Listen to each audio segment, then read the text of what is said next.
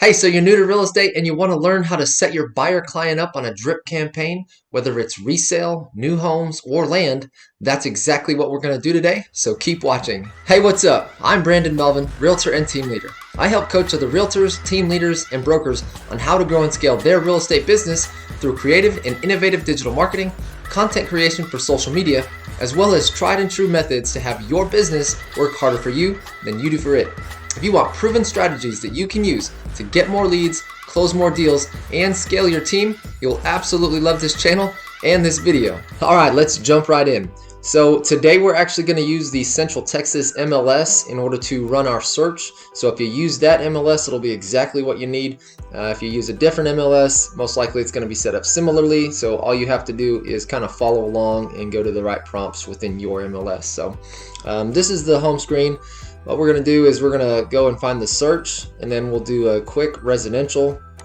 We'll start off with either looking for resale homes or new construction potentially. Once you get here, in this market it's kind of crazy, so I like to select the coming soon as well, the active. I pretty much don't want to look at any pending taking backups. That's just me. If my clients want to, I will explain to them that that's already got a contract on it. Probably not going to get it, but you never know, it might fall out. But a lot of times it is wasting a lot of time to show those homes, just FYI. But definitely you can show them, or the ones with options as well. You can see in the immediate MLS you have over 1,100 homes. That's wide range that this MLS is going to cover, so we need to reduce that to the exact area that your client is potentially looking at. So for instance, let's just take an example. If you're looking at a certain price range, this is where you're going to want to put that here. So if we went for, say, 300 to 350. Now if a client tells you that's their price range, keep this in mind. When you go to the grocery store, you have a $100 budget in mind, right? Well, sometimes you might come out of there with a $110 or $120 bill, right? So the same thing can be said for pretty much when you're shopping for anything. Housing is not any different. So what I do want to do is go up to maybe 370, and then maybe even below here to 280 or 290, something to that extent. That way, maybe they want to do a little bit of remodel, or maybe they're willing to go a little bit higher to get what they're looking for. It's just, you got to kind of get their range and go a little bit further out with that net to not miss anything that they may not be thinking of. Again, be the professional here in the industry and know, don't be an order taker. Kind of hear what they're looking for and get an idea of what that might be to help them out. So bedrooms and bathrooms, that'll be here as well. You can do 3+ if, let's say, that's what they're looking for. Maybe they really want a 4-bedroom, but you can have a 3-bedroom with an office. So again, keep that in mind. You want to let your clients know, hey, I might be sending you 3 bedrooms as well as 4 bedrooms because some of them may have an office. So if they're open to that, then definitely do this. If they absolutely say no, then keep it with 4 bedrooms. And then you would do the baths here as well. Stories, you can do 1 story, 2 story, 3, split level, things of that nature. And then square footage, if they have an idea. Sometimes I'll have a client say, well, I want 2,000 square foot or more. I'm probably going to send them maybe about 1,800 or 1,900. Reason being, sometimes the layout of a home might be better in one than another. And so a lot of times if you'll know the square footage of a home and you go and ask your clients, hey, what do you think this square footage is? Most of the time they'll not even come close because a flow of a home can make it seem a lot larger or even a lot smaller for that aspect. So again, think of their range and go a little bit outside of it to kind of get them the best opportunity. Again, acres, the same thing, plus or minus whatever they're looking for. So keep all that stuff in mind, all right? Here it is. If you wanted to search for a specific subdivision within the city or wherever you're looking, you would want to type that in here so you can narrow it down.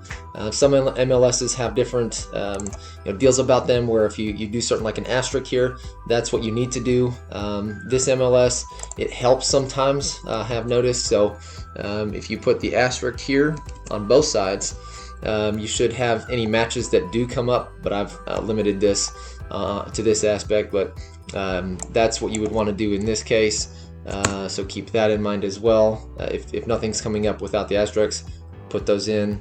and vice versa. So, and then you can also search for schools that someone might be interested in. Hey, I've got to go to this elementary school or this middle school. You can put that in here. You would, again, put the school there, and it would limit the homes that you have that availability to.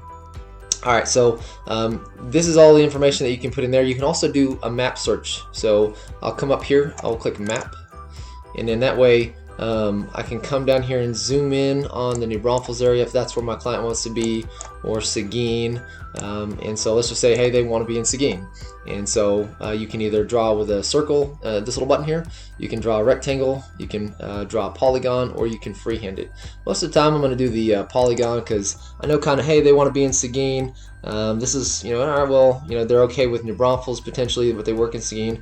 I might include this little guy here, so definitely would include McQueenie, but I'll want to drop this all the way around the city, just in case there might be some outlier that is just a perfect home, but it's like an extra 5 minutes, so someone might be willing to do that. So we would select that, and then as long as I got all the criteria correct this first time, I would click results. And then you can see there's 41 homes. That's quite a bit. I typically don't like to send there's absolutely more than 40. I really want to get it down below 30 and then maybe even below 20. But again, this market's crazy, so you might want more options rather than less. And so I would select this little button here. It's going to select them all. Now, if you wanted to go through them and pick and choose, you're more than welcome to do that. It's going to take a lot of time though, but if there's just a few of them and you know exactly what your client wants, feel free to do that. Once you've selected the ones that you're going to need, also here, if you wanted to, just a little side note, if you wanted to remove a couple of these and then like narrow your search, you can do that. You would just go to the refine button here, and then you click this narrow, so that way you don't have to worry about those other ones getting in the way of your search. All right, we'll go back to the actions. You can see you can either just email these, you can print the list, you can create a CMA with all of these as well, more features. But if I want to send this in a drip campaign, what I'll do is I'll click save, and I want to go and have this be a new automated email. Okay, so every time that a home comes on the market that meets these exact specifications, my client is going to get another email. Now I can set it up as to how they get it and when they get it, so we'll go over that in just a second. But you want to create the new contact if you don't have them in there. If you do, then you'll want to go down here and find them. I'll just select myself. This little flag comes up here because I'm already in my system, so it's not going to send the initial welcome email. But when you put somebody in there for a new contact, it's going to send them an initial welcome email. If they don't open that, they're not going to get any more emails, and the system will eventually kick out. So you're not going to be sending them listings. So make sure it's very important that they open that first email. That way they keep getting homes that come on the market. Okay. Tell them to check their spam if they don't get it right away. Sometimes you might have an issue too like that. You can also CC this to another spouse or a cousin, a brother, whoever might want to be getting the emails on this. I know I've had a family member, a mother wants to get the listings, and they're going to, help the daughter or the son or someone else in their family member. And so you can do that right there. And then you can also do BCC me a copy of that. Now, obviously, I'm not going to send myself a BCC, so you do have that option. For the subject, I just have these things auto-populated here. Most of the time, it's homes for sale from Brandon Melvin. That way, they know what the email's about, and they know who it's from. Now, you can go ahead and change this verbiage here if you'd like. I really don't. Seems fine to me. Sending this out here, a welcome email. And then you can also change your signature right here. I definitely recommend adding a picture, putting your real estate information, contact information. I also have a follow me on Facebook here, and there is a way you can hook up other links for other types of drip campaigns here as well. If you want more information on something like that, definitely click in the description. I do have an opportunity for a free coaching call, so check that out if you want to book your free call with me. And I can help you, walk you through all of this information if you need. And then so edit your signature is what you would do it there. And then this is pretty cool though. If you have a higher price client that might be kind of picky, you can go to the Concierge Mode. What that means is you're going to get the email first, then you can review the home. If it meets what they're looking for, then you can send it to them. So you're kind of like a buffer, and you're not going to waste the client's time. So most of the time I don't use that, but occasionally you can. And then show this client in reverse prospecting results. That means is, if your client gets sent this email, then the listing agent is going to be able to be notified at some point if they run a search who got the emails sent out. So that agent might actually call me saying, hey, I saw your client, you had a client interested in this property, 123 Main Street, just wanted to see if your client might be interested. So it just helps other realtors. I suggest having that on. And then you can, obviously enable this as a favorite search on your home screen. Now, here's where you can, in this market, I absolutely recommend clicking as soon as possible so that they're going to get it the very moment that it comes on the market. But if not, and you want it to do daily, you can select which days they're going to get hit with which time frame. So you can do AM or PM. If you want to hit them all like that, you can. It can get annoying if you get too many emails, so just keep that in mind. A lot of times I'll just, like I said, do as soon as possible. Now, if you have a client that's more longer term, you'll want to go to the monthly. Say maybe they're like a year out and you want to kind of drip on them. Here's what the market's looking like, and then you also may be sending them other stuff in the meantime. But you can click the monthly, and you can see it's going to be sent out the first of the month, and then you would click save. And then I'm going to get an email here, so I'll have to delete that. But that's pretty much what you would do for resale on new construction. Now for the land, it's going to be pretty much the same thing. You can see you can do residential leases. So for rentals, go through the same process. Multifamily, same process. Land as well, farm and ranch, as well as everything else we've got here. So just looking at this real quick, you can go to the land, run the same search, go through the same process.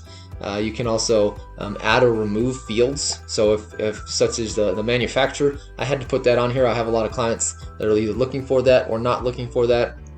And so you would click this button here if there was something missing.